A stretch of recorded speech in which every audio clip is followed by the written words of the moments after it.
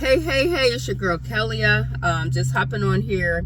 I never did a debate review or recap with you all yet. I know the debate was last Tuesday, but life was lifing and last week got crazy busy, and so I did not get a chance to do my recap. So I'm hopping on here now to do my recap because it's still fresh in my mind, just as I know it's fresh in everyone's mind. Because how could we forget the debacle that we saw on television, on national television, the debacle of Kamala Harris versus Donald J. Trump, and she took him down, y'all. Like, there's no qualms about it. Hands down, took him down. I don't know how his people saw something different. They said, oh, he won, and he's, he talks about the issues. What issues? He didn't have any. The only issue he had, and he kept going to, his go-to issue was immigration. And he still don't have a solution for that. And Kamala Harris even gave him credit for coming up with the last immigration bill. No, I take that back. She gave him credit for knocking down the last immigration bill that didn't get voted in.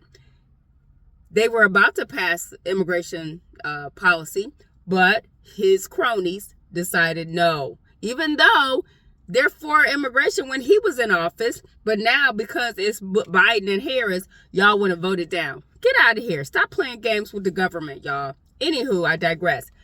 Let's get back to the debate. Let's first of all point out that Kamala Harris, our future president, she was poised because she's a prosecutor. She had plans and she had policies, all of the P's. She was poised. She's a prosecutor. She had plans, and she shared her policies. On the other hand, Trump shared zero policies.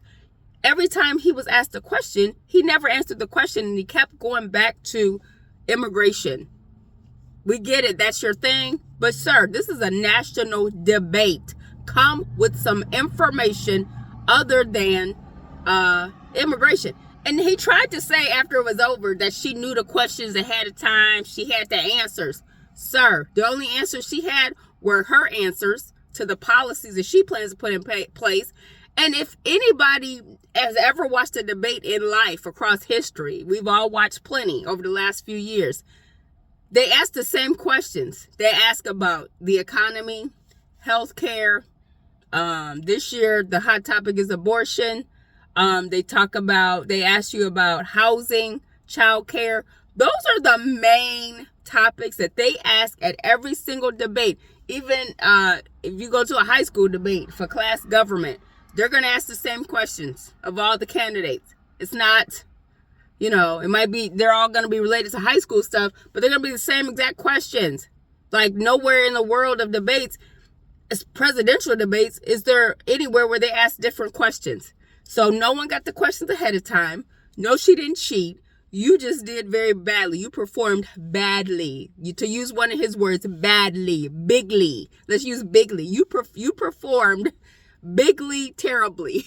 That's very bad English, but that's very Trumpian. Okay? So anywho, let's just talk about some of the stuff Trump said, though. He said that she was at a sorority party. Back in July, she spoke to the ladies of Zeta Phi Beta Sorority Incorporated at their annual gathering. No, sir. She was speaking as the vice president at their annual gathering, as she did at several other sorority events. Sir, that's what she does. It wasn't a sorority party. It's not a big party. We have our own policies and procedures and things that we're passing and doing work in the community. But you would know that if you took the time to learn anything about black sororities or black fraternities. Yes, I'm a member of Alpha Kappa Alpha sorority, so I feel some kind of way about that. Happens to be the same sorority as Kamala. Yes, soror, because she did beautifully. Because again, she was poised. She's a prosecutor. She had plans and she had policies. Let's go with the P's. Okay? Anyway, back to Trump's and his ridiculous comments. So, then what he said, which on national television, which boggles my mind. I still can't believe he said it. I don't know why I'm shocked, but I still can't believe he said that Haitian immigrants in Springfield, Ohio, it had been reported that they were eating pets, specifically cats and dogs. Sir, that's not how any of this works. That's not how any of this works. Where you heard that at, we still don't know. The lady who started part of the rumor even came out with a message, a tweet or something, and said, hey, yo, my comment to somebody about somebody taking her cat or dog got so blown out of proportion, and she has apologized. Yet Trump and JD Vance keep on talking about this because they don't have nothing else to talk about. Vance is from Ohio. He ain't even been to Springfield. He tried to get on CNN on Sunday morning and argue with Dana Bash about the facts of the case of the being accused of Haitian immigrants being accused of eating pets. She told him over and over there was no proof of that. The people during the debate told Trump twice. The mayor of the city manager of Springfield, said there is no proof of anyone stealing and eating pets. But they tried to do this back in the day with Chinese folks. Saying Chinese folks were stealing cats to cook in their, Chinese restaurants. But y'all love some Chinese food, people. I won't call y'all what you are, but you love some Chinese food, racist people. So, anywho, y'all tried to do that before. You're trying to do it again.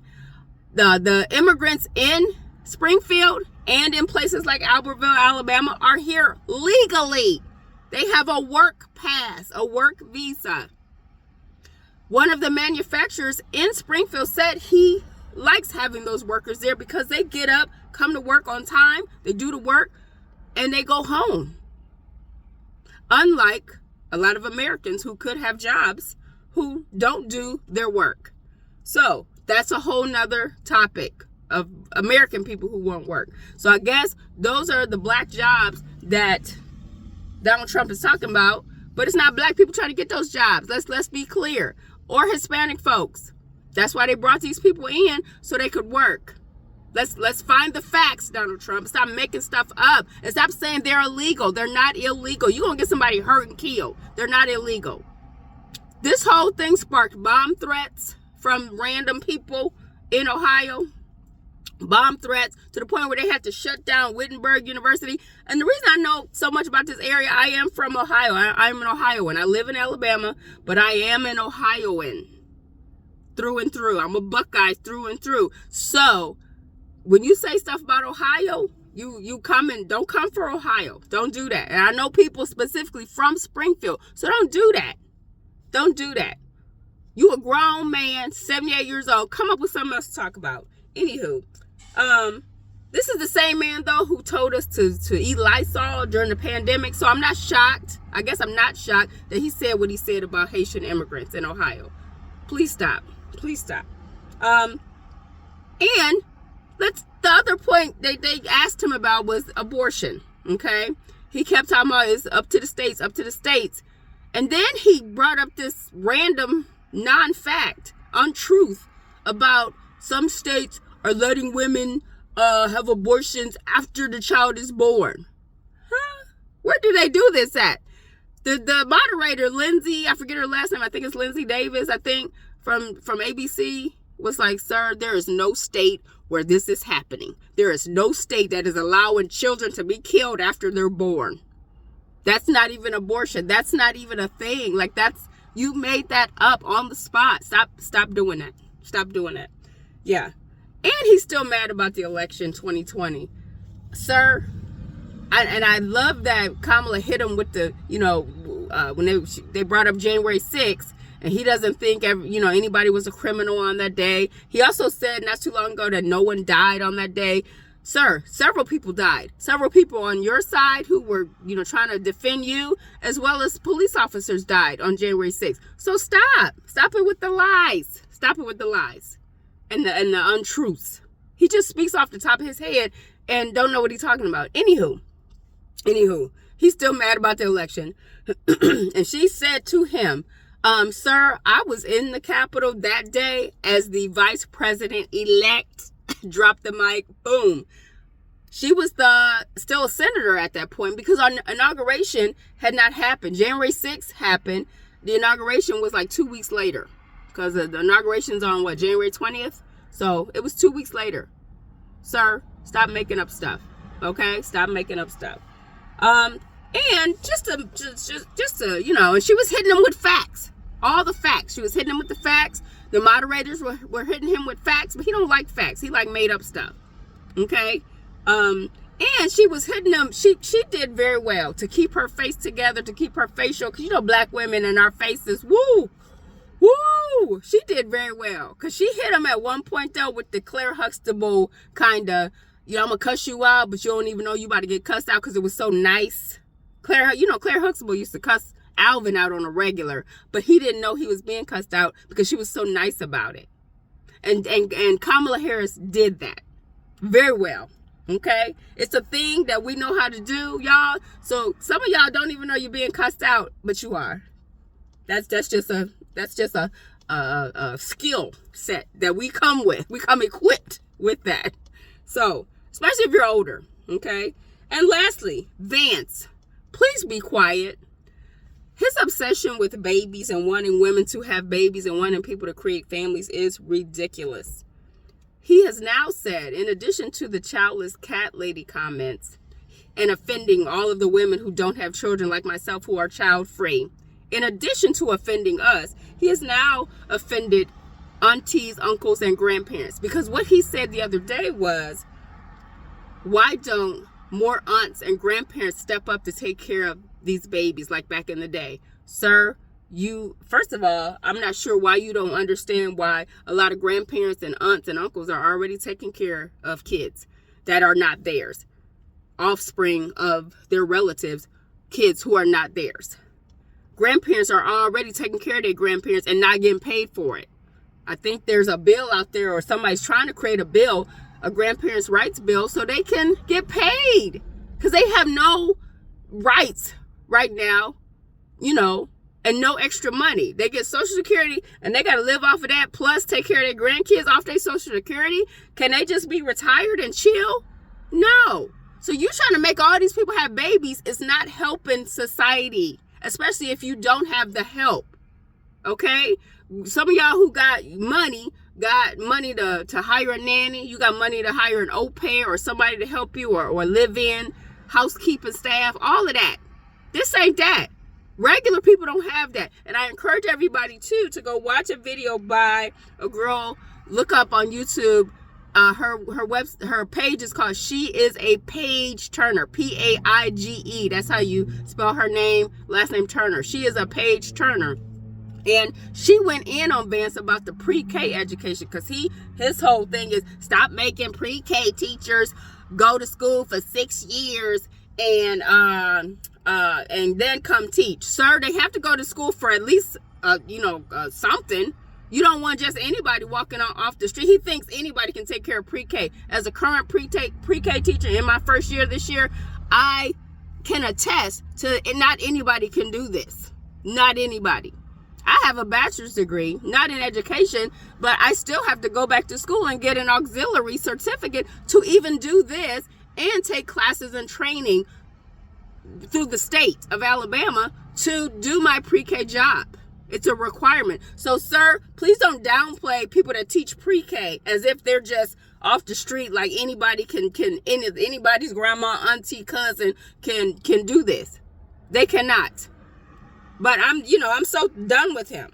I'm so done with him. And then lastly, he tried to go on CNN Sunday morning, I think I mentioned this, and argue with Dana Bash about Springfield and about the Haitian immigrants there.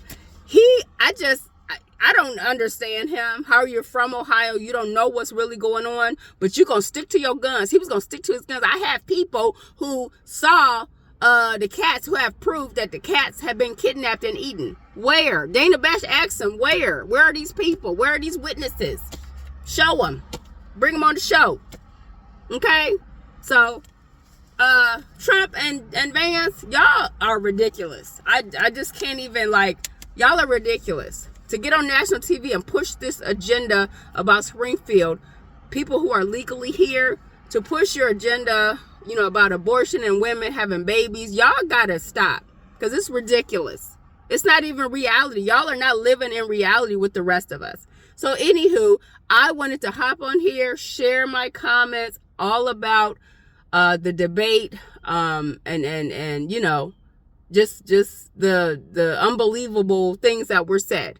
And I'm going to encourage everybody, you know what I'm about to say, go vote. If you are not registered to vote, please go ahead and do that. Okay, if you need the link, go on to Taylor Swift's Instagram. She put the link up there for everybody to go to. Okay, and you know, people are also mad at Caitlin Clark right now too for saying she endorsed Kamala Harris.